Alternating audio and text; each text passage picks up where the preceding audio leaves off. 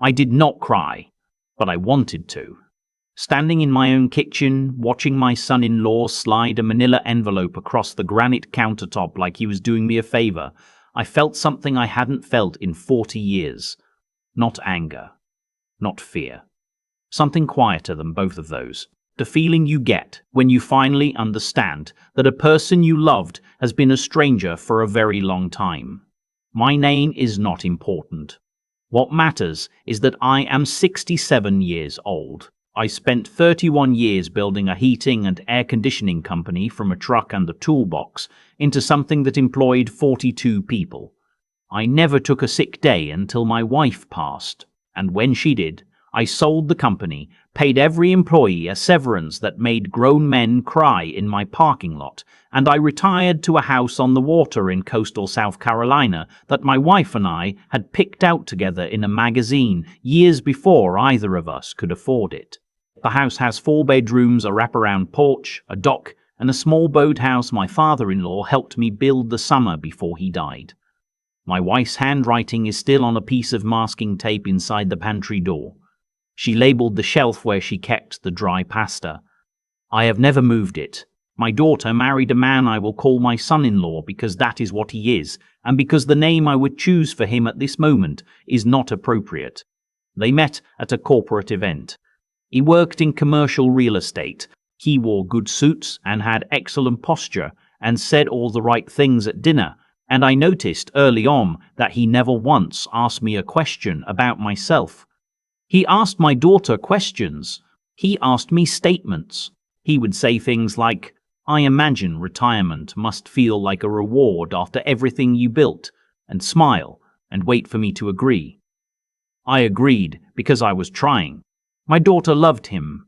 That was real. I could see it in the way she laughed differently around him, looser, like she had finally exhaled.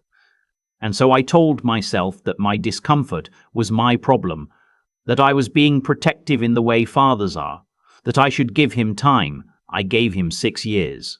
The first sign I missed was small. About 18 months into the marriage, my son-in-law mentioned, very casually over a Sunday dinner, that a property developer he knew had a promising opportunity, a mixed-use development in the upstate. He wasn't asking me to invest, he said. He was just sharing. I nodded and passed the green beans and said it sounded interesting. 2 weeks later, he mentioned it again, this time with numbers, this time with a timeline, and something in his eyes that I can only describe as hunger wearing a patient mask. I told him I didn't invest in real estate. I kept my money simple. Index funds, treasury bonds, and the house. He smiled and said, of course, completely understandable, and changed the subject, but he came back to it, not aggressively, always gently, always framed as concern for me. You know, with inflation, cash sitting still is cash losing value. Or, I just want to make sure you're protected the way you protected all of us. That last one. That was the one that told me everything I needed to know. I did not say anything to my daughter. I did not want to be the father who poisoned something good with suspicion. I watched, I listened, and I started paying closer attention to what my son-in-law paid attention to. He paid attention to the house. I noticed it gradually, the way his eyes moved across the rooms differently than a guest's eyes move. Calculating. He would mention the property values in our area, unprompted. He would point out other waterfront homes that had sold, and for how much. He once stood on my dock at sunset and said, quietly, as if to himself, "You could get 2.4 for this place, easy. Probably more if you staged it right." I asked him who he thought might be selling. He laughed and said no one. He was just thinking out loud. That was 8 months before the envelope. I need to tell you about my daughter first, because none of this makes sense without understanding who she was before him and who she was becoming. She was a nurse for 12 years, not because we needed the money, but because she wanted to matter. She volunteered on weekends at a hospice facility. She called me every Sunday without fail from the time she left for college until the year she got married. After the wedding, the Sunday calls became every other Sunday, then monthly. Then I started calling her. When I called, she sounded distracted, rushed. She would say she was fine and that things were busy and that she'd visit soon. She visited twice in the last 3 years. Both times my son-in-law was with her. Both times my son-in-law was with her. Both times he suggested they leave earlier than planned. The last time she visited alone was the weekend I was going to tell her what I had discovered. I had spent 4 months quietly putting things together. Nothing dramatic. I simply started documenting every conversation that drifted toward my finances, every question about the house, about my will, about whether I had a financial advisor. I have a friend, a retired attorney who handles estate law, who I've known since we were both young men raising young families. I called him. I told him what I was seeing. He listened for a long time without speaking, and then he said, "Don't move anything. Don't change anything. But let me make some calls." What he found took 2 weeks. My son-in-law had already consulted with a real estate attorney about the process for transferring property ownership when a parent is deemed to lack capacity. He had researched power of attorney laws in South Carolina. He had inquired through a colleague about the going rate for a geriatric care evaluation, which is the clinical process by which a doctor can declare an elderly person incapable of managing their own affairs. I'm 67 years old. I run 5 miles 3 days a week. I beat my son-in-law at chess every time he agreed to play, which after the 3rd time became almost never. I am not incapacitated. But he was building a case for someone who might be. My friend told me this, and I sat very still in my chair on the porch for a long time. I watched a pelican land on the dock post. I thought about my wife. I thought about what she would have seen in him that I had taken too long to see. Then I called my attorney and we started building something of our own. I put the house into an irrevocable trust. My friend handled it personally. The trust, named a charitable remainder structure that my daughter would benefit from over time, but that no one could liquidate or transfer without the approval of an independent trustee, a woman my friend had worked with for 20 years, sharp and meticulous and entirely unknown to my son-in-law. I also quietly moved my liquid assets, not to hide them, to protect them legally with documentation that established clear intent and timeline. Everything done properly, everything recorded. And then I waited. He came on a Tuesday. My daughter was not with him. He called ahead and said he was in the area for work and wanted to stop by. He had never done that before. I said, of course, come on by, I'll put on coffee. He sat at my kitchen table and made small talk for 11 minutes. I counted. He asked about my health. He asked if I'd been seeing anyone, which was either genuine curiosity or an attempt to assess my mental state, and I suspect it was the latter. I told him I was well and that I kept busy. Then he slid the envelope across the counter. Inside was a document, a quitclaim deed already filled out transferring my home to a holding company. The holding company, which I had spent 30 seconds researching the week before after my friend tipped me that this was coming, was registered to my son-in-law under a name that took one extra step to trace back to him. There was also a document he described as a management agreement, which would give him effective control over the property while I could, he explained, continue living in it. He spoke carefully. He said he was worried about me. He said a house this size was a lot to manage alone. He said he had connections that could generate income from the property, short-term rentals in the off-season, and that this would give me cash flow and security. He said my daughter was worried too. I looked at him for a moment without speaking. Then I asked him if he wanted more coffee. He said sure.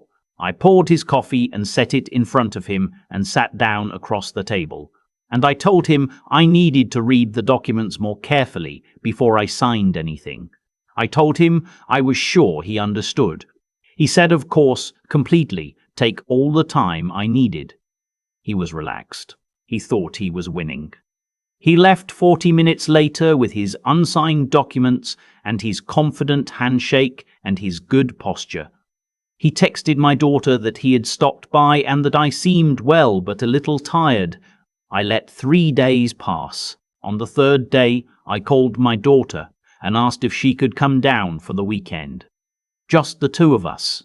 I told her I had some things I wanted to go through with her. She hesitated. She said she'd have to check. She called back an hour later and said she could come Saturday. She arrived at noon on Saturday. She walked in the way she always used to, keys in her hand, calling out before she had the door fully open. And for just a moment, she looked like herself again. We sat on the porch. I made the lemon pound cake she grew up with, from the recipe her mother wrote on an index card that still lives in the third drawer in the kitchen. We drank iced tea, and I put a folder on the table between us. She looked at it. She looked at me. I did not say anything dramatic. I did not accuse. I simply opened the folder and I walked her through what my friend had found. The legal research into capacity evaluations. The holding company. The quitclaim deed that had been prepared and brought to my home without her knowledge. I showed her dates and documents and records that were entirely factual and that told a story without me having to narrate one. She was quiet for a long time. Then she said, "He told me this was something you two were discussing together." I told her it was the first time I had seen the documents. She put her hand over her mouth. She looked out at the water. A long time passed before she spoke again, and when she did, her voice was different. Smaller, like she was listening to something inside herself that she had not allowed herself to hear for a while. She said, "How long have you known?" I told her about the 8 months, the chess games, the comments about property values, the phone call to my attorney. She started to cry. Not dramatically, the quiet kind. The kind that means something is breaking loose rather than breaking apart. I did not try to tell her what to do. I am her father, not her judge. I put my hand over hers on the table, and I told her that whatever she decided about her marriage was her decision. But I told her that the man she married had consulted attorneys about having me declared incompetent so he could take my home, and she deserved to know that. She left Sunday afternoon. She did not tell me what she was going to do. She hugged me at the door for a long time, and she cried again, and I held on. I found out what she decided through my attorney 3 weeks later. She had filed for divorce. I don't know what my son-in-law expected when the certified letter arrived, informing him that the property he had attempted to transfer was held in an irrevocable trust, and that any further attempt to contact me regarding real estate, financial matters, or my personal affairs would result in the matter being forwarded to the state attorney's office. My attorney drafted it with the kind of precision that communicates very clearly, we know everything, we documented everything, and we are prepared. He did not contact me again. My daughter is living in Charleston now. She took a position at a hospital she had applied 2 years ago, before the marriage, before she talked herself out of it, because he said it was too far from the city. She calls me every Sunday. She came for Christmas and stayed 8 days, and we made her mother's recipes and watched old movies. And she slept in her childhood room with the window cracked the way she always did. She asked me once in December, sitting in the same chairs on the porch where I showed her the folder, how I had stayed so calm through all of it. She said she would have been furious. She said she couldn't understand how I didn't confront him the moment he slid that envelope across my counter. I thought about it for a moment. Then I told her about the pelican. The day my attorney told me what her husband had researched, what he had planned, who he had consulted, I sat on this porch and I watched a pelican land on the dock post and stand there for a long time in the wind, and I thought about what my wife used to say. She used to say that the loudest thing in a room is never the strongest thing. That real strength doesn't need to announce itself. I didn't confront him because I didn't need to. I had already built something he would never be able to touch. Every legal structure was in place. Every document was recorded. Every dollar was accounted for. The moment he slid that envelope across my counter, he had already lost. He just didn't know it yet. My daughter nodded. She looked out at the water. She said, "Mum would have liked that." I told her I know. The dock is still there. The boathouse is still there. The masking tape label in the pantry is still there. Her mother's handwriting faded but legible, marking the shelf like a small monument to everything that matters. The house is mine. It will remain mine. And someday, in the way I have chosen and documented and protected, it will pass to my daughter. Not because anyone maneuvered or schemed or slid an envelope across a table, but because that is what I decided, in my own time, on my own terms. I am 67 years old. I built a business with my hands. I raised a daughter who still calls every Sunday. I loved a woman for 34 years, and I have not moved her handwriting from the pantry door. I am not tired. I am not confused. And I am most certainly not done. There's a piece of masking tape on the inside of my pantry door. My wife wrote on it decades ago, just the name of a shelf, just dry pasta, just 2 words in her handwriting. I've never moved it. I don't think I ever will. And when I was sitting across the table from my son-in-law, watching him explain why I should sign over the house she and I had chosen together from a magazine before we could afford it, that tape was in the next room. 2 words. Still there. I've thought a lot about why I didn't feel rage in that moment. I think it's because I had already done the only thing that actually mattered. The documents were filed. The trust was recorded. The house was recorded. And sitting across from a man who had spent months building a legal strategy to take it, I understood something clearly. What he lacked wasn't opportunity. It was character. And no amount of preparation can manufacture that in a person who never had it to begin with. That's the part no one tells you when you're raising children and building things and trying to do right by your family. Integrity isn't something you perform in the big moments. It's the accumulation of every small decision you made when no one was watching. Every time you paid someone fairly. Every time you told the truth when a lie would have been easier. Every time you chose the longer, harder road because it was the right one. My son-in-law chose differently, quietly, for years. And eventually, those choices became who he was. My daughter chose differently too. Eventually. That's the part that matters most to me now. She had drifted far from herself, pulled along by someone who needed her smaller, quieter, more manageable.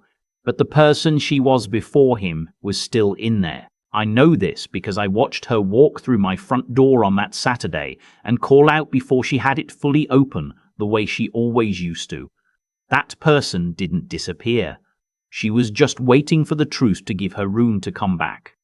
I don't believe in luck, not really. I believe that the life you build is largely the consequence of the habits you practice and the principles you refuse to abandon. I spent 31 years running a business, and the lesson I kept relearning was that the people who stay steady under pressure, who think clearly instead of reacting, who plan instead of panic, those are the people who are still standing when the storm passes. That steadiness isn't something you wake up with. You build it, the same way you build anything worth keeping. What I want anyone to take from this story is simple. Protect what you've built, not just financially, not just legally, but inside yourself. Stay sharp enough to see clearly. Stay decent enough that your choices hold up when examined. And stay strong enough not to flinch when someone tries to convince you that your life is already behind you. I'm 67. The dock is still there. My daughter calls every Sunday. The handwriting is still on the pantry door. I'm not even close to done.